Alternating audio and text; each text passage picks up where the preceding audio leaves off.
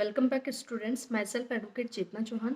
आज मैं आपको ऑर्डर टू सीपीसी के बारे में समझाने की कोशिश करूंगी, जो फ्रेमिंग ऑफ सूट्स के बारे में कहता है। इससे पहले मैंने ऑर्डर वन के ऊपर डिटेल में वीडियो बनाई है, आप जाके देख सकते हैं।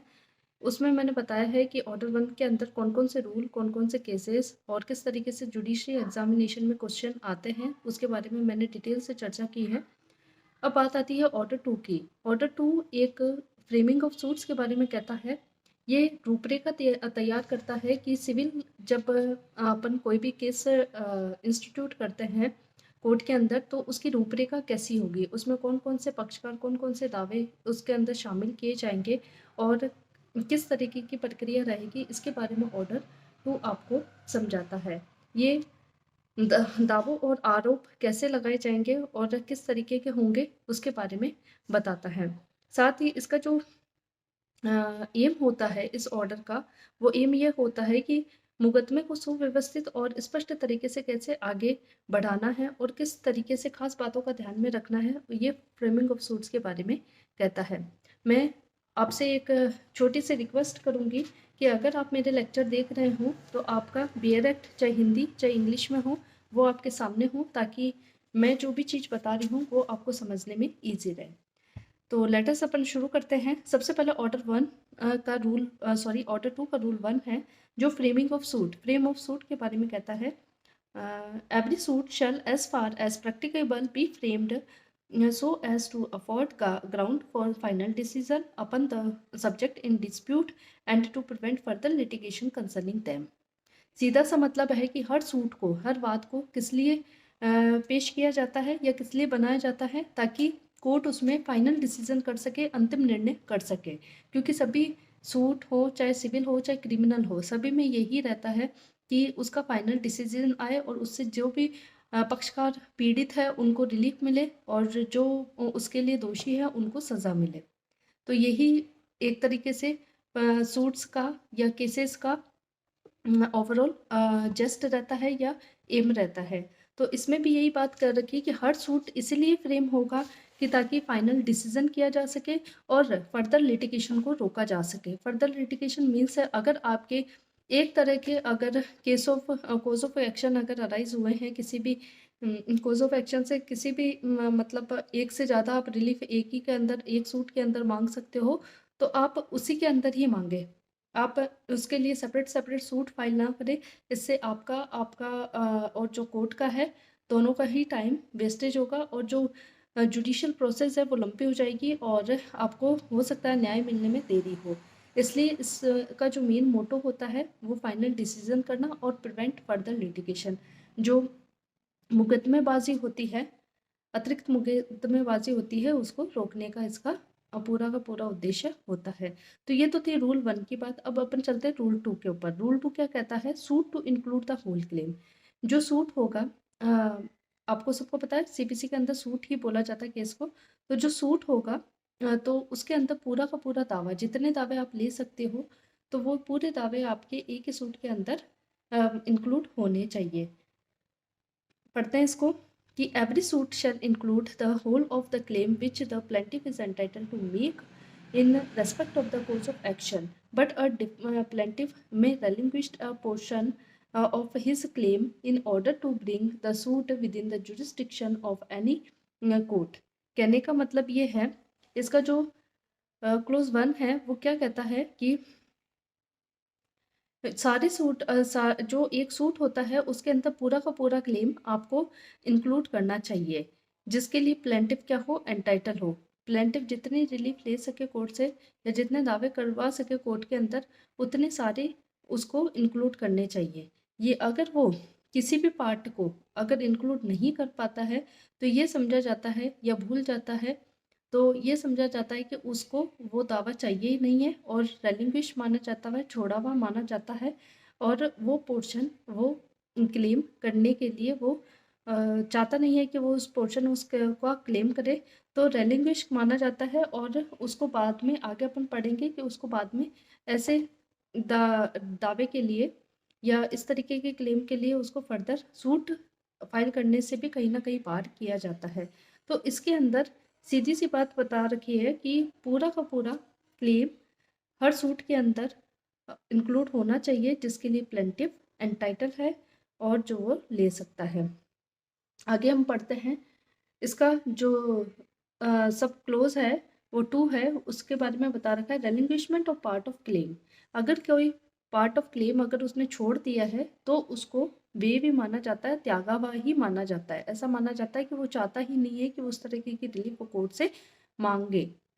Where a plaintiff omits to sue, भूल जाता है in respect of any or intentionally relinquish, या फिर जानबूझकर छोड़ देता है any portion of a claim, he shall not afterwards sue in respect of the portion so omitted or relinquished. अगर वो भूलवश या जानबूझकर अगर छोड़ देता है किसी पार्ट ऑफ क्लेम को, तो ऐसा माना जाता है कोर्ट द्वारा कि कोर्ट में वो ऐसी रिलीफ चाहता ही नहीं है या ऐसा दावा चाहता ही नहीं है।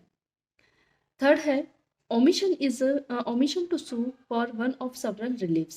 A person entitled to more than one relief in respect of the same cause of action may sue for all or any of such reliefs, but if the omits except with the leaves of court to sue for all such reliefs, he shall not afterwards sue for any relief so omitted.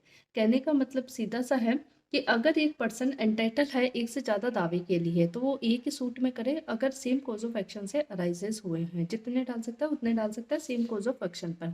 लेकिन अगर उनमें से अगर वो कोई छोड़ देता है या उससे छूट जाती है, भूल हो जाती है, तो अगर कोर्ट कुछ सर्कमस्टेंसेस में विदाउट कोर्ट अगर परमिशन दे दे तो फर्दर वो लिटिगेशन कर सकता है या फर्दर केस सूट फाइल कर सकता है। लेकिन अगर कोर्ट परमिशन नहीं दे तो ऐसा ही माना जाएगा कि उसने वो पोर्शन त्याग दिया है, उसको वो आगे ले जाना नहीं चाहता या उसके रिगार्डिंग वो कोई भी रिलीफ कोर्ट से नहीं चाहता है। तो सिंपल सा था रूल 2।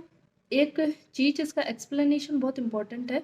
इसमें भी कह रखा है कि for the purpose of this rule an obligation and a collateral security for its performance and successive claims arising under the same obligation shall be deemed respectively to constitute but one cause of action।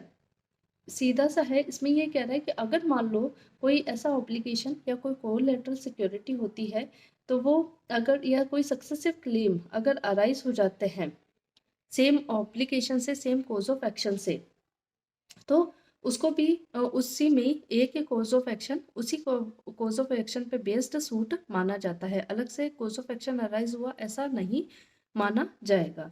तो ये तो simple सा था।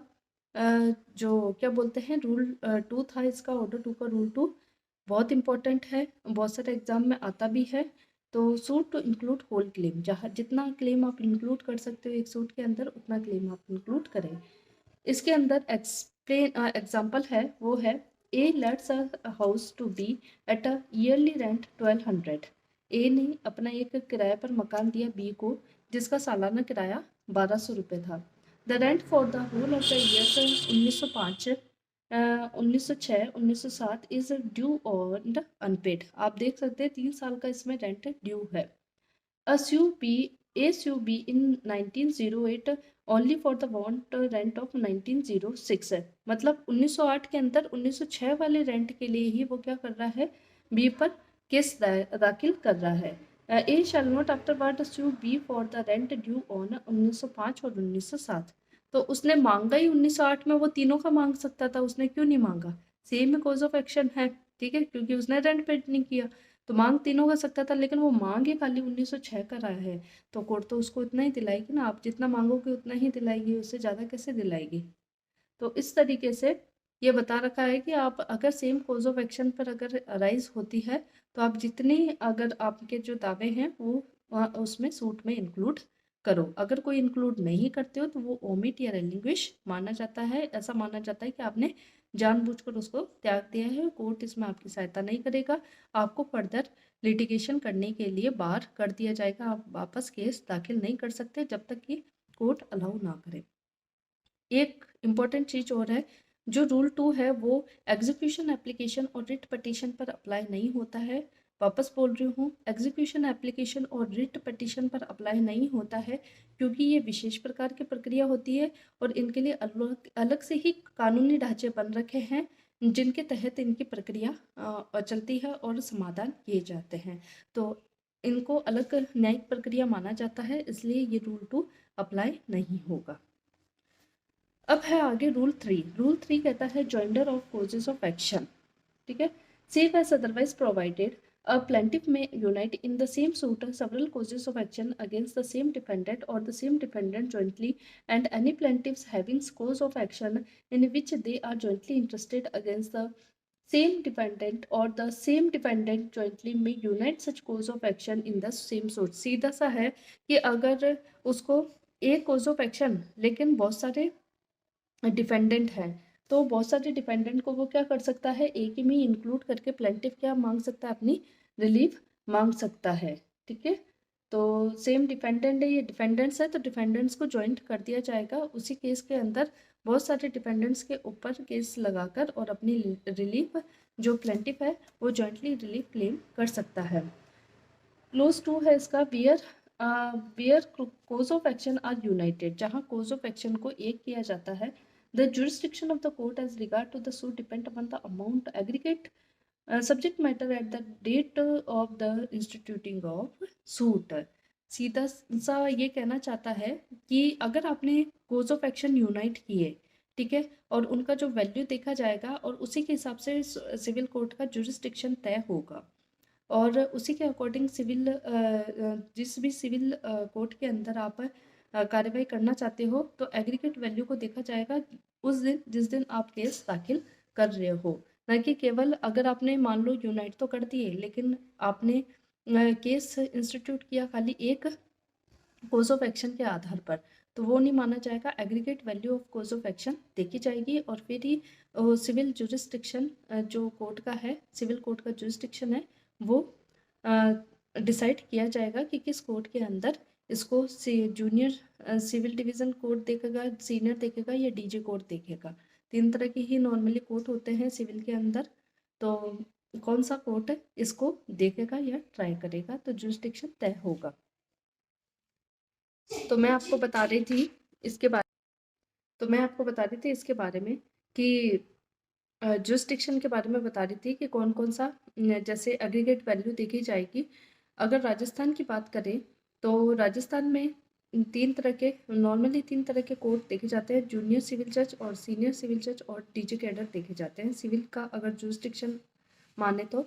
वैसे तो और भी अलग अलग तरह के होते हैं, रेवेन्यू कोर्ट्स भी होते हैं, डीआरटी भी होते हैं, एनसीएलटी भी होते हैं, ये भी सब सिविल में के ही अंदर आते हैं, लेकिन प्रोबेबली कोर्ट का jurisdiction DJ court, senior civil जज और सिविल जज के अकॉर्डिंग ही चलता है।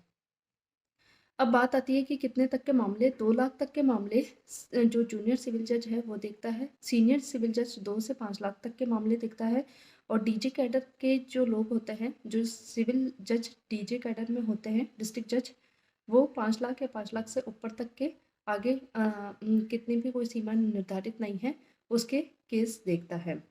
तो इस तरीके से, और एक चीज़ और आती है स्मॉल कोजेस कोर्ट जो 10,000 रुपये तक के मामले देखते हैं। तो ये सिविल जो सीपीसी है उसके अंदर सिविल कोर्ट का जुरिस्डिक्शन राजस्थान के रेफरेंस में मैंने बताया आपको।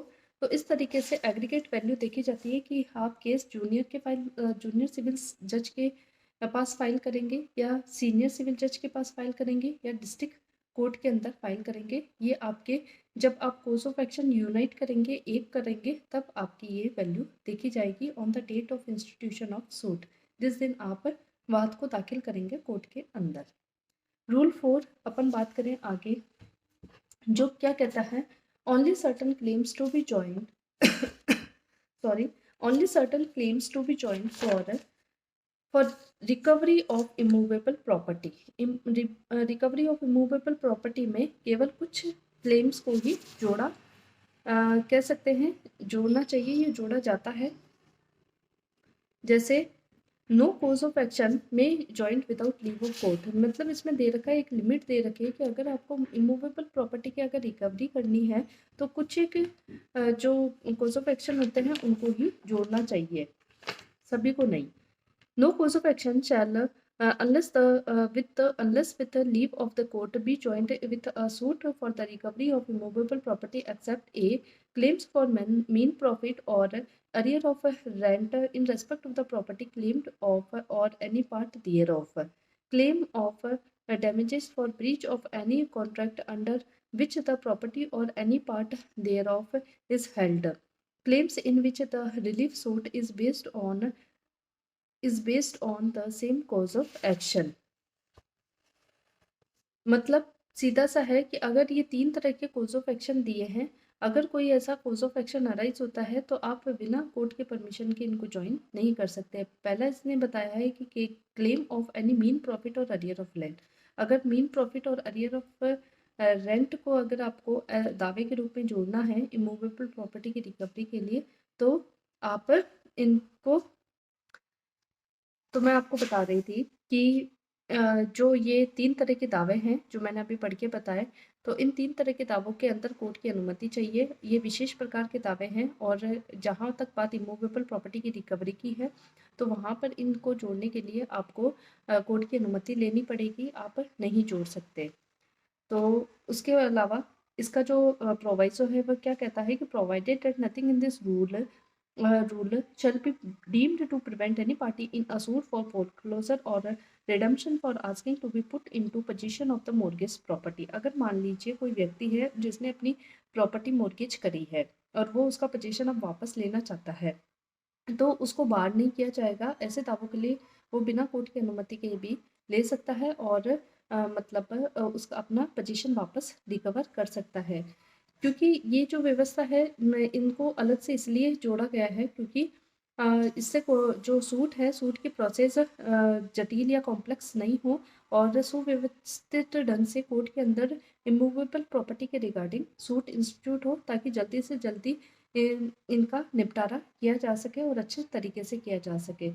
और रही बात प्रोवाइज़ो की, तो प्रोवाइज़ो में यही बात कही गई है कि किसी भी व्यक्ति को अगर उसका मालिकाना हक है तो उसके पोजीशन के लिए उसको रोका नहीं जाएगा। वो हकदार है तो वो ले सकता है और पोजीशन रिकवर कर सकता है। उस पर रूल 2 की बातें लागू नहीं होगी, सॉरी रूल 4 की बातें लागू नहीं होगी। अब आते हैं रूल 5 के ऊपर कि क्लेम्स बाय और अगेंस्ट एग्जीक्यूटर, एडमिनिस्ट्रेटर और higher. No claim by or against any executor, administrator, or hire as such shall be joined with claims by or against him personally unless last mentioned claims are alleged to arise with reference to the estate in respect of which the plaintiff or defendant choose or sue as executor, administrator, or hire, or are such as he was entitled to or liable jointly with the deceased person who he represent. मतलब अगर आप representation की capacity से अगर suit file कर रहे हो तो वो पर्सन क्या होना चाहिए, उसका क्लेमिंग पर्सन जो डिफेंडेंट और है वो एग्जीक्यूटर, एडमिनिस्ट्रेटर और हायर होना चाहिए, रिप्रेजेंटेटिव होना चाहिए। उसी के हैसियत से आप सूट का दाखिला कोर्ट के अंदर कर सकते। तो इस तरीके से जो एग्जीक्यूटिव, एडमिनिस्ट्रेटर और हायर के अगेंस्ट या बाय उनके थ्रू जो क्लेम होता है वो उनके उत्तराधिकारियों पर भी हो सकता है। जैसे मैं इनको एक एग्जांपल से इस रूल को समझाती हूँ। जैसे कि मान लो कोई व्यक्ति है, वो मर गया है और उसके ईस्टेट के एडमिनिस्ट्रेशन के लिए या जो भी उसके असेट्स है उसके लिए एग्जीक्यूटर या एडमिनिस्ट्रेटर नियुक्त किया गया है, अपॉइंट किया गया है। तो अगर किसी व्यक्ति की मृत्यु से उसके असेट के खिलाफ कोई दावा किया जाता है, मान लो धन वसूली का दावा हो सकता है या और भी कई चीज़ का दावा हो सकता है, तो वो दावा उसके उत्तराधिकारी के खिलाफ भी हो सकता है। उसी तरीके से एक और एग्जांपल, जैसे ए और बी है, तो ए व्यक्ति जो है उसने बी को कुछ संपत्ति को क्या दिया है, मॉर्गेज को दिया है। तो बी उस संपत्ति के एग्जीक्यूटर या सॉरी ए और बी है, तो ए ने बी को अपना एग्जीक्यूटर और एडमिनिस्ट्रेटर नियुक्त किया है और एक व्यक्ति को उसने कोई संपत्ति मॉर्गेज करी है। तो अगर ए कोई उसके विरुद्ध कोई दावा लेकर आता है, दावा किया जाता है, तो मॉर्गेज की राशि वसूली का तो साथ साथ में उससे जुड़े हुए जो दावे होंगे किराए से संबंधित हो सकते हैं या कोई और भी दावा हो सकता है, तो उनको इसी के अंदर जोड़ा जा सकता है। तो इस तरीके से ये जो है कि सेम कैपेसिटी के अंदर अगर कोई अगर दावा लाया जाता है तो वो दावा एक ही दावा समझ के एक ही बात के से अराइज हुए दावा समझ के उसको क्लेम कर सकता है और आगे प्रोसीड कर सकता है। उसके लिए अलग अलग सूट फाइल करने की ज़रूरत नहीं है। तो अगला जो रूल है वो रूल कहता है power to court to order separate trial.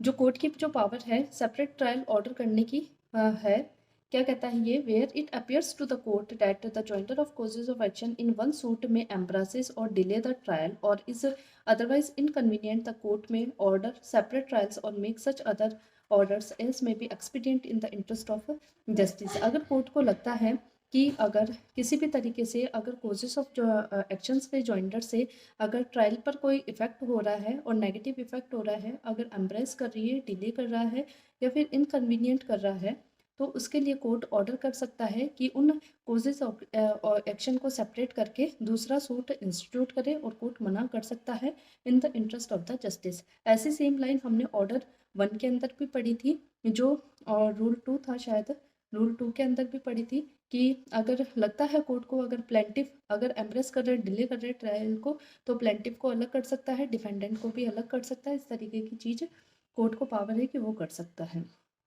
आपको पता होगा कोर्ट का इसके अंदर सेक्शन 151 के तहत इनहरेंट पावर भी है कोर्ट को, इसलिए सीपीसी को एग्जॉस्टिव लॉ नहीं माना जाता है। रूल इसका 7 है। ऑर्डर टू रूल 7 कहता है objection as to misjoinder. Objection अपन रूल 13 इसका जो ऑर्डर फर्स्ट का है उसके अंदर भी लगाते थे। अब इसके अंदर जो ऑब्जेक्शन है वो मिसजॉइंटर के खिलाफ है। मिसजॉइंटर अगर कोई ऐसा कोज ऑफ एक्शन है, मिसजॉइंटर ऑफ पार्टीज समझाया था मैंने आपको, जिसमें मैंने बताया था कि अगर कोई पार्टी सूट की पार्टी नहीं बननी चाहिए तो आप मिसजॉइंटर का ऑब्जेक्शन उठाकर उसको उससे हटवा सकते हैं केस से। उसी तरीके से अगर आपको कोई लगता है कि कोई कॉज ऑफ एक्शन का भी मिसजॉइंटर हो गया है, तो आप कोर्ट में एप्लीकेशन लगकर उसका ऑब्जेक्शन रेज कर सकते हैं। ऑब्जेक्शन की स्टेज मैंने बताई थी सीपीसी के अंदर, सभी जगह स्टेज के मायने हैं, कौन से स्टेज पे कौन सा कार्य होगा ये बहुत ही इसके अंदर अहम भूमिका निभाता है। All objection on the ground of misjoinder of causes of action shall be taken at the earliest possible opportunity. एक ही लाइन है, हमेशा सेम ही रहेगी। जब आपको पहली बार में पता चले, देरी ना करते हुए, तभी आप ऑब्जेक्शन रेज करेंगे। And in all cases where issues are settle at or before such settlement issue set at or before the settlement of issue. Settlement of issue order 14 के अंदर हम पढ़ेंगे। Unless the ground of objection has subsequently arisen, जब तक कि subsequently arise नहीं हो। अगर मान लो पहले से ही अराइज था फिर भी आपने नहीं मांगा, तो इस तरीके की चीज़ें नहीं होनी चाहिए जब तक कि वो सब्सिक्वेंटली अराइज नहीं हुआ हो। Any such objection not so taken shall be deemed to be waived.